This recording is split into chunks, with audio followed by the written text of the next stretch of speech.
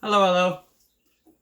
Yeah, so today doing a review on the Yunnan Sourcing Ripe Raw Blend Ebullient.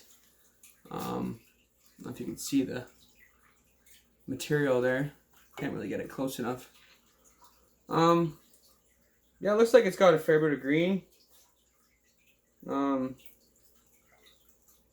not a big fan of ripe teas. I drink them, but yeah, I'm not like a religious ripe drinker. I don't drink them on very often at all. Only on occasion. But see, ripe and raw, they just for me, they just don't seem to go together. I drink them. This one actually has a nice smell. Reminds me similar to the purple green mark, but maybe not as like bitter smelling, because that one had like more of a stronger pungency a little bit. I don't know, we'll see when I brew it anyways. That was one of the first cakes I bought, was the purple green mark. And honestly, I still have lots of it because it's not my favorite tea. I still bring it out when I want something weird.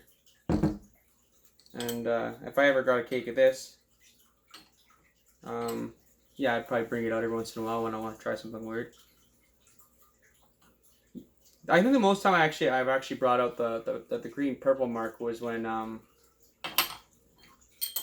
you got guests over and they're like trying to figure out like what teas taste different and stuff, and or if they taste different. Little hat for Buddha there.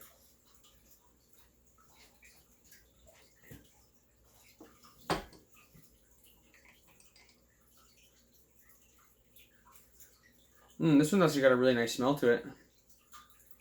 Doesn't remind me of a ripe tea at all. It smells like grapefruit. That's weird. That's what I mean. I only drink this stuff when I want something weird. We'll see. It's probably really good.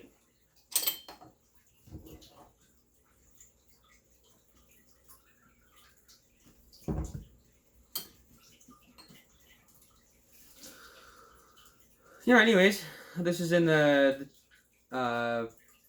October's raw snobs box, raw Pu-erh snobs box from Yunnan Sourcing. I was a hard time saying that. It's a mouthful. Raw Pu-erh snobs box, curated sampler. So I got 4.5 grams here, anyways, and oh shit, I already had water in there. I warmed up my cup, but I didn't take the water out.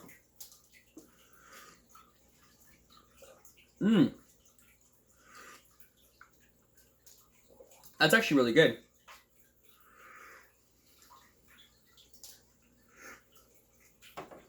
You know, when I first seen that this tea was in there, I was like, I don't really want a ripe raw blend.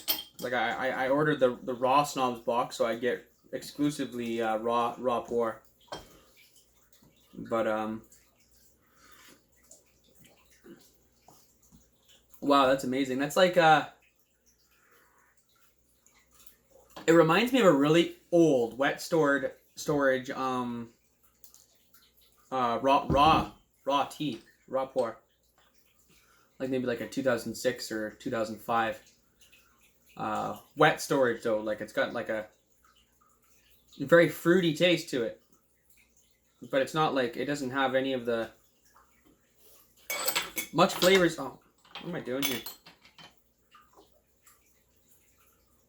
I'm not used to using this little guy one. I messed that up. Burnt myself too. The lid and everything just feels awkward in my hand.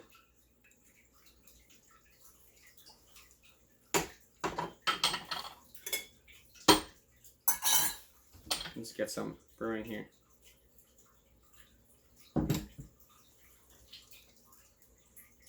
yeah, no, it's really fruity. It's got like that really aged Pu-erh taste.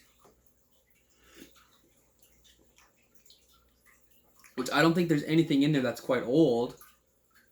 I think it is a 2019 blend of a blend of 2019 material. I'm not sure. I know it's a 2019 pressing, right? So I'll have to look at the description.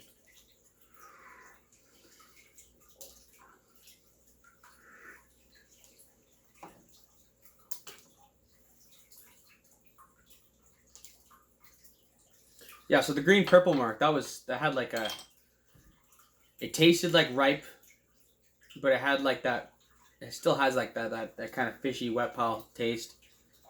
Kind of like that nastiness to it, but at the same time it's got like that bitterness to it.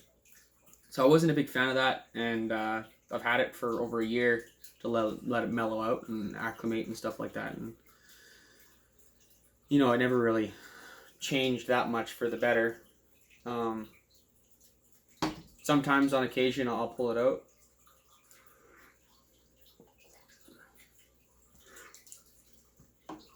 But this is completely different from that. There's like no comparison.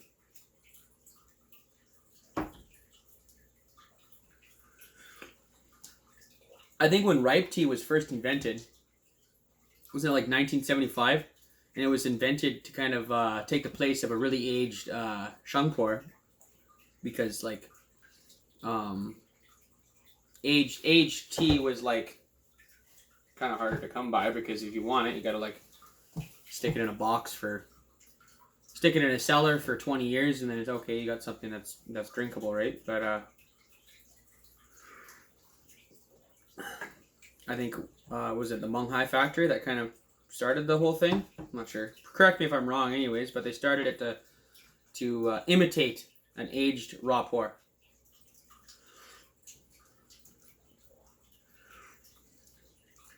So if anything was to imitate an aged raw tea, I think that'd be this one. I'm not sure the price of a cake, but I'm sure it's cheaper than a 20-year-old tea.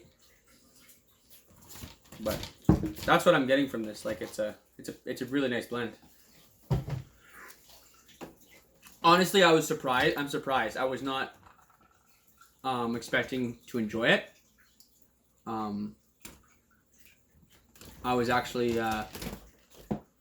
upset when I seen it in my sampler box. It's like, because I subscribed to a Pu-erh box, and yeah, I was like, oh, I don't want ripe in there. But I would probably actually even put this in my clay pot that I use this exclusively for aged Pu-erh. I totally would, because it's that flavor profile that I'm going for in this pot. And I don't think that it would mess it up or anything. I think it would add, which is amazing. So yeah, I wasn't expecting that at all.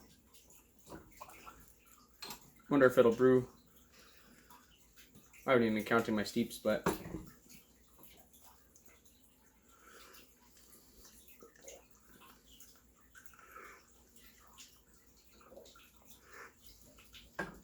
super fruity. Almost like cherries or something, I'm thinking. Yeah, so yeah, whoever did the blend on that one does a really good job. Yeah. And it's strong too. It's got like a very strong cha-chi.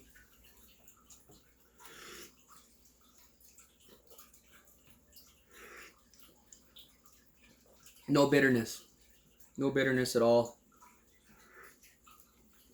It's a perfect balance of everything that you would you want from this kind of tea. It's kind of creamy. It's like kind of like cherries, but like that dried fruit kind of taste, like chocolate covered cherries. That's what I'm going to say.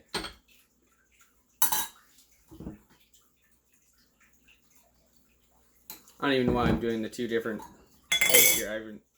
Usually I'll do that to count. I'll put one here, and then kind of go back and forth, and I can kind of count in between. But I haven't done that. This tea is pretty strong. I can feel it pretty good.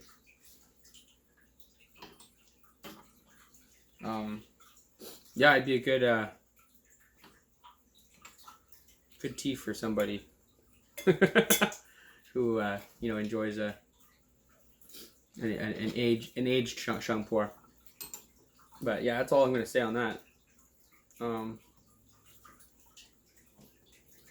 Just amazingly good. I wasn't expecting that, so it kind of threw me off.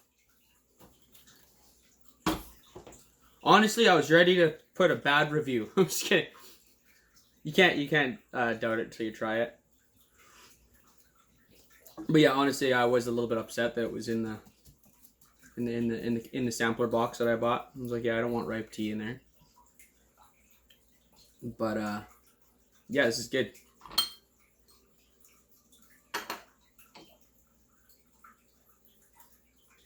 I don't know if you can see the.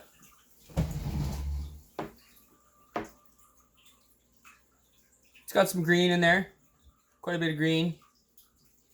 Definitely some ripe material in there. Definitely a good blend between the two.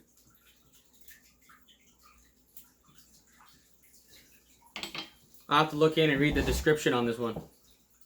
Maybe I'll get a cake. It is getting to be winter, and I do like this kind of tea a lot more in wintertime. But yeah, I don't know how many steeps I've gone, so I'm not gonna sit here and brew it and count the steeps for everybody and see how long it goes. It still seems like it's going pretty strong and pretty thick, pretty flavorful. Yeah, I recommend getting this one. This is a good one. I'm gonna cut the video off because I'm running out of time here. So yeah, thanks for watching, everybody.